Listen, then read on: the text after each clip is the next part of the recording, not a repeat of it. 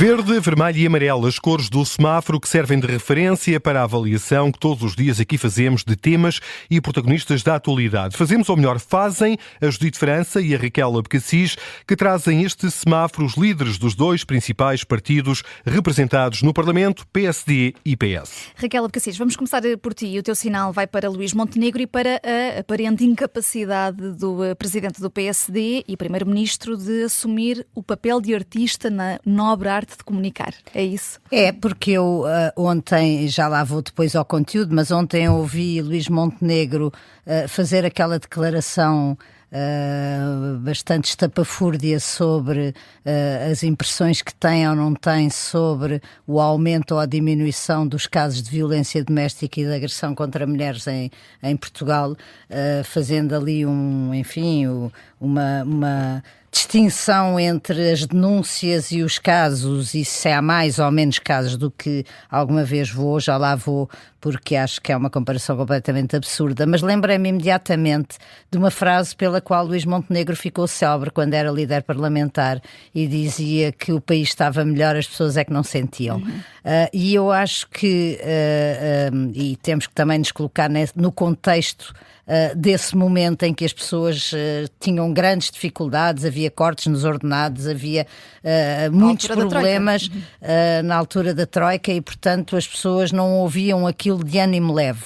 Assim como ontem o país não ouve com ânimo leve uma declaração que eu não quero fazer processos de intenções e, portanto, acho que a intenção do Primeiro-Ministro era boa, mas o que disse saiu completamente ao lado, porque num caso desta gravidade, crimes desta gravidade, com o histórico que o nosso país tem, só para lembrar, enfim, os números que recolhi falam num aumento de mulheres apoiadas entre 2022 e 2023, apoiadas pela APAV, portanto já com queixas e com muitas delas tendo que ser deslocadas de casa com os seus filhos, etc., de 8,7% apenas num ano, e só este ano os números que eu vi que estão publicados falam em 9 homicídios, 8 mulheres e um homem no primeiro trimestre deste ano, por razões de violência doméstica, e 3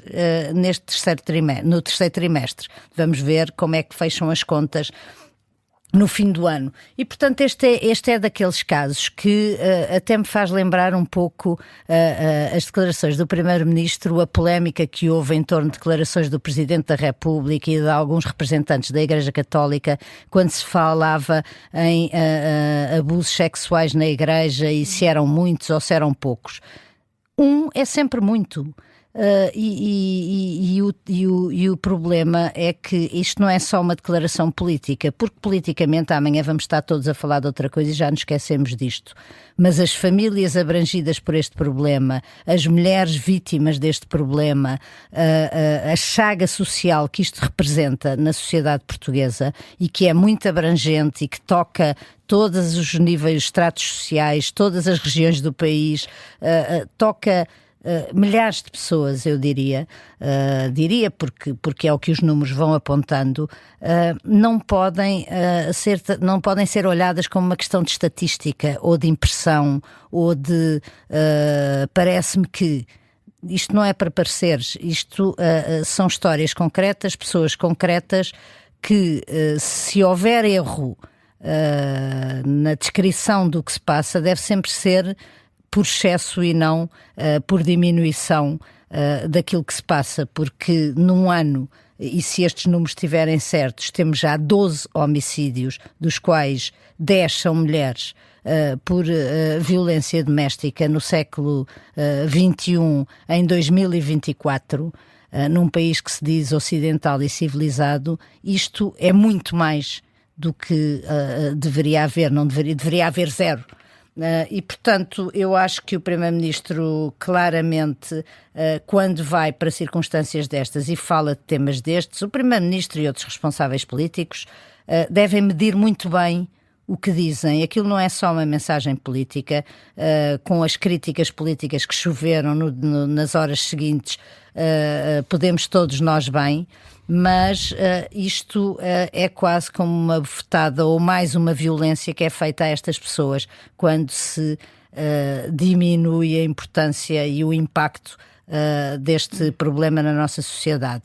É verdade e é justo dizer que eu acho que Montenegro percebeu que tinha feito asneira e hoje veio corrigir aquilo que queria dizer. Obviamente que nunca também não corrigiu nunca muito dizem bem, não é? enganei-me nem peço desculpa, mas tentou, pelo menos voltou ao tema. Sim, porque a única forma de corrigir é pedir desculpa e dizer Então, que eu não digo, era ele não essa a corrigiu intenção muito bem, dele. não é? Respondeu ao Pedro Nuno Santos, ligeiro é aquele que não vê a realidade. Portanto, Sim, se isto é emendar a mão, não emendou nada, não é? Sim. Sim, nesse sentido sim, embora essa é a conclusão. O que ele diz antes parece-me, apesar de tudo, mais relevante. Não sou agora capaz de reproduzir, mas enfim, tentou embrulhar aquilo que tinha dito de uma outra forma. Mas mesmo tentando remediar, veja aí talvez o teu famoso encarnado, ou não? Não, eu apesar de tudo vou dar um sinal amarelo porque espero que isto tenha servido de lição, já que aquela declaração lá atrás nos tempos da Troika não serviu, espero que esta sirva. Para que não se volte a repetir. Sim, porque eu acho que são mesmo declarações que têm um impacto brutal nas pessoas que são atingidas por este problema. E esperemos que não signifique uma forma de olhar para o problema.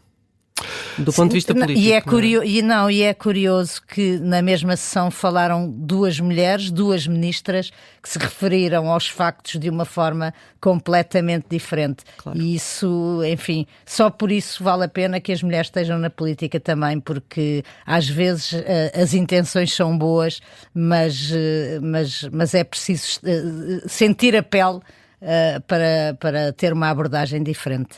A Justiça de França traz este semáforo Pedro Nuno Santos, que assumiu ter sido um erro avançar com nomes de possíveis candidatos às presidenciais. E um dos nomes que brotou da boca do secretário-geral do PS foi António José Seguro. E brotar é uma expressão certa, eu acho que é uma boa expressão, Miguel, porque de facto foi um nome, ou nomes, não foi só um nome, não é? Que aparentemente saíram sem querer. Ao atual líder do Partido Socialista, e o mais estranho é achar que pronunciando esse nome ou nomes não teria impacto. Como é evidente, tem impacto, porque é o líder do Partido Socialista, é o secretário-geral do Partido Socialista. Nessa entrevista que foi dada à CNN Portugal em outubro, fez menção a vários, para quem não se recorda, fez menção a vários nomes que poderiam ser presidenciáveis. Exatamente, presidenciáveis. Mas aproveitou e disse vários, não disse só o de Centeno, não é? Sim. Ora, todos eles já tinham sido falados de uma forma ou de outra. Mário Centeno, por exemplo, que é apontado por diversas vezes candidato, António Vitorino, que também já o foi por diversas vezes, apesar do próprio não dizer nada sobre o assunto, Ana Gomes, que já foi mesmo candidata e é próxima de Pedro Nuno Santos, e foi candidata em 2011 sem o apoio do Largo do Rato, sem o apoio do PS, porque não foi consensual e o que levou muitos socialistas a apoiarem-na publicamente, enquanto o PS não tinha um nome e apoiou, basicamente, tacitamente apoiou Marcelo Rebelo de Sousa. Já o nome de António José Seguro foi uma surpresa na boca de Pedro Nuno Santos e, portanto, é normal que aquilo tenha criado algum bruá, sobretudo quando o próprio achou que era a altura para regressar ao fim de 10 anos em que esteve afastado da política. Eu tenho dúvidas que isto tenha sido acordado entre os dois, tenho dúvidas. O próprio António José Seguro diz que não foi, não há nenhuma razão para duvidar das palavras do próprio, mas de facto... Mas António... não foi uma casualidade, seguramente. Não, acredito que não tenha sido uma casualidade, sobretudo porque acho que António José Seguro já fez, digamos, o seu percurso no deserto, não é? Foram 10 anos, foi um grande deserto, e portanto a questão aqui é... Pedro Nuno Santos acha que cometeu um erro, ou diz agora que não vai falar, não é? Não fala mais sobre isso. Acha que falou de António José Seguro e afinal é um mau candidato? Ou internamente o partido não gostou? E infelizmente eu acho que a prova é um bocado essa. Gerou muitas reações no interior do PS, vai dividir apoios, sobretudo entre aqueles que estiveram e estarão sempre ao lado de António Costa. E António José Seguro nunca seria uma escolha do ex-primeiro-ministro, como é evidente, isso parece-me evidente. e que estaria mais inclinado provavelmente a apoiar nomes como Mário Centeno, que aliás já o teria disponibilizado já o disponibilizou até para Primeiro-Ministro. Dá-se o caso de António Costa não ter uma palavra a dizer sobre o assunto, já não tem palavra a dizer sobre o assunto, porque está lá longe no Conselho Europeu. Ainda pode surgir sempre um artigo no Mas jornal. era isso que eu ia dizer. Se quiser dar uma palavra sobre o assunto, como deu no artigo em que falou de Ricardo Leão e de Loures, bom, ainda assim é o máximo que consegue fazer, e eu acho que isso pode desassogar de alguma forma algumas hostes, pode desassogar, e o lugar de Pedro Nuno Santos é muito difícil, não é? Calçar aqueles sapatos é muito difícil. E também é muito difícil obrigarem-no a ter um vencedor quando há 20 anos que o PS não vence umas eleições presidenciais. E eu acho, sinceramente, que apoiar António José Seguro para Pedro Nuno Santos também é uma espécie de um grito de Ipiranga, Sim. não é? Vou apoiar Claramente. alguém que António Costa nunca apoiaria.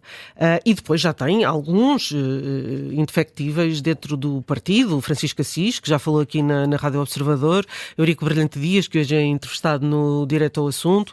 Enfim, há seguristas que são seguristas indefectíveis há 10 anos e que se mantiveram. Há outros que, enfim, talvez regressem a ser seguristas agora. Mas, dito isto, eu acho que Pedro Nuno Santos tem que pensar 2 vezes antes de falar se, de facto, não queria lançar o nome de António José Seguro, ou pelo menos não queria levantar esta lebre tão cedo, porque os candidatos vão estar todos... Pois... Talvez, não consigo prescrutar. Eu aposto na intencionalidade. Essa agora é preciso aguentar-se, agora depois é preciso ser homenzinho para se aguentar com essa opção. Mas... E que sinal, Judite? Eu vou dar um amarelo, porque eu acho que o máximo que Pedro Nuno Santos pode fazer agora é, digamos, aquele sorriso amarelo e acenar. Tentando não voltar a falar do assunto tão cedo. E falavas há pouco aqui de Eurico Brilhante Dias, deputado do PS, antigo líder parlamentar da bancada do Partido Socialista, que vai direto ao assunto logo depois da edição. Das 6h10 fica por aqui o semáforo político.